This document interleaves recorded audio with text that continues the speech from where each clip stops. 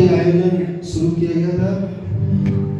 जबलपुर से जब मैं पहली बार यहाँ पे 2000 में जब पहुँचे तो सबसे पहले हम लोगों ने फूलों से होली खेलने का कार्यक्रम संस्थान के सभी लोग जनपद पंचायत भवन में प्रारंभ किए थे। उस समय तक सीनी में कोई फूलों से होली नहीं खेलते थे।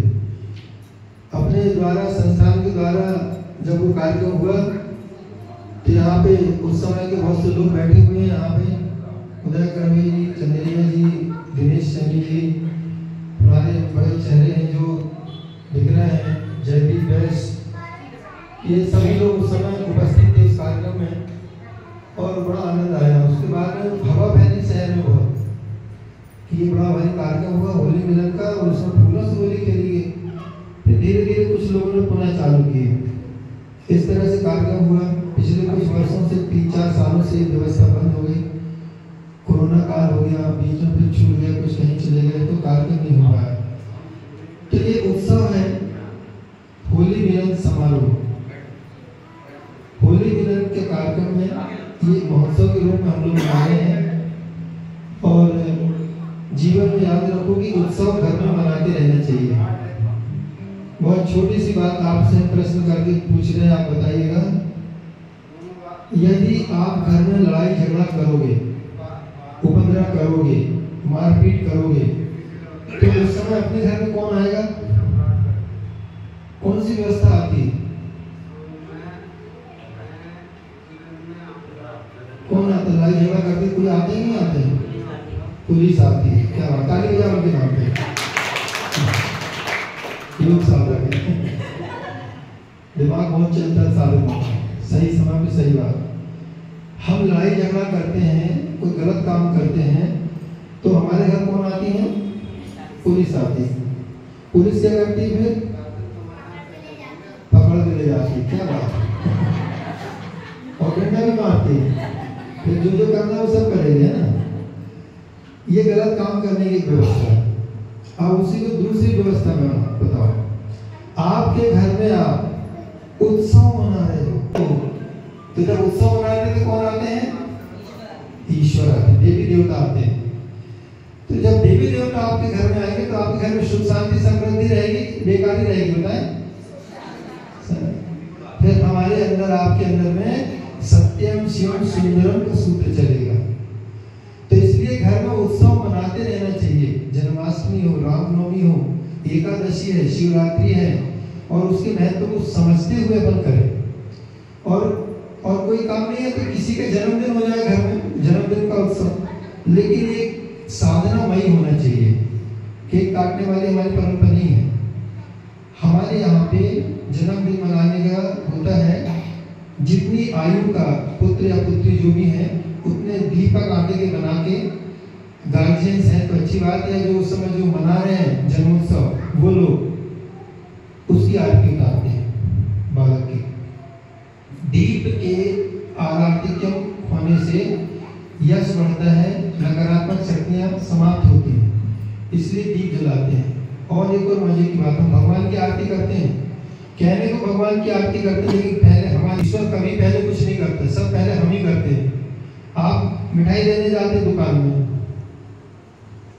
मिठाई देने जा रहे हो, कौन भगवान देखता पसंद करते हैं? हम पसंद करते हैं। कौन सी मिठाई चाहिए? भगवान नहीं करते पसंद, कौन करते? हम ही लोग करते हैं। कभी कभी तो पसंद इतनी ज्यादा होती है कि दुकान वाले से थोड़ा सा दिखाने चक्के भी देखते हैं, जिवाला नहीं, जिवाला नहीं। भगवान कहते अच्छा बुद्धि बना रहे हैं, सब काम तुम ही कर रहे हैं। इसके बाद में जब लेके गए घर, भगवान के सामने भोग लगाए, क्या हुआ? थोड़ी देर, कई जगह इतनी जल्दी होती कि भोग लगाए और उठाए, जब तक भगवान ऐसा करे छू तो लेने दो, उठाते जल्दी हो गई। तो भोग उठाए और उठाने के बाद हम स्वयं खाने लग जाते हैं। भगवान का उसमें कोई लेना देना नहीं, सारे काम ईश्वर पहले हमसे शुरू कराता है। जगत पिता है ना, परमात्मा सबके पिता है, ईश्वर सबके पिता है। तो माता पिता हमेशा याद रखो, आप भी जानते हो, हम लोग सब माता पिता के साथ में जीवन जी चुके हैं। माता पिता अपने बच्चे के लिए सबसे पहले करते हैं, करते नहीं करते? तो जगत पिता ईश्वर परमात्मा उसकी जो भी आराधना, पुष्प चढ़ा रहे तो पहले आपके हाथ में आएगा, भोग लगा रहे तो आपके हाथ में आएगा, कोई कपड़े यदि अर्पण कर रहा है तो पहले आपके हाथ में आएगा, पहले आपसे फिर बाद में परमात्मा के पास में। विवेकानंद के जीवन की एक घटना, उसमें काली जी के साथ में वो खाते थे मिठाई, माँ काली बैठ के साथ में उनको गोदी में बिठा दिए, खाओ, और जब तक की इच्छा हुई तब तक तो वो खाए। स्वामी रामकृष्ण परमहंस, क्षमा कीजिए, स्वामी रामकृष्ण परमहंस जी की घटना है। तो जब तक कि वो खाए तो मीठा खाए साथ में, और जब थोड़ा बहुत बच जाए तो ऐसा करें साफ करें, हाँ क्यों क्या हो गया, काली कुश्ती क्यों क्या हो गया, नहीं तुम खा लो। तो ये बचा हुआ धुरका होती थी काली खाती थी, ये माँ का प्रेम।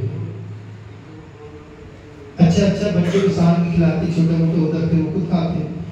तो ईश्वर के सानिध्य में और उसकी कृपा के पात्र, उसके सुख शांति समृद्धि यदि हम पाना चाहते हैं तो घर में हमेशा किसी ना किसी कारण से कोई भी कारण ढूंढते जाओ और उत्सव मनाया करो। उत्सव से अच्छी शक्तियों का आगमन होता है, और विवाद से, प्रपंच से, दिखावा से, लड़ाई झगड़ा दंगा फसाद से पुलिस आती है, मारती पीटती है, ले जाती है, केस बना देती है।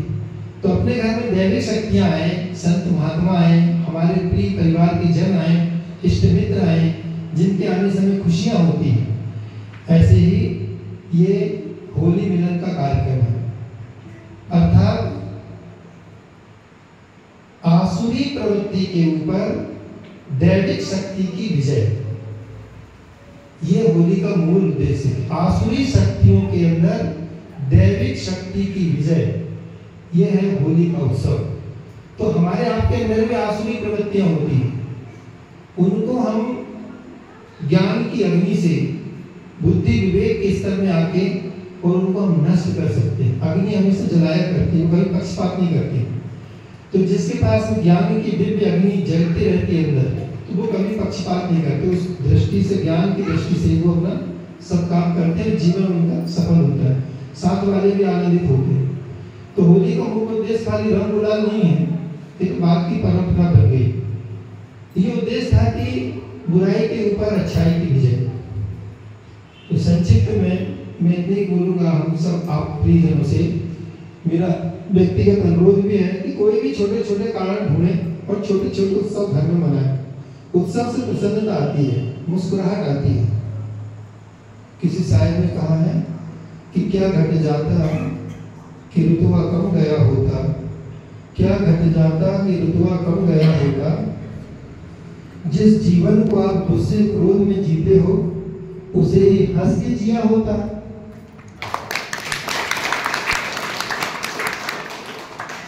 और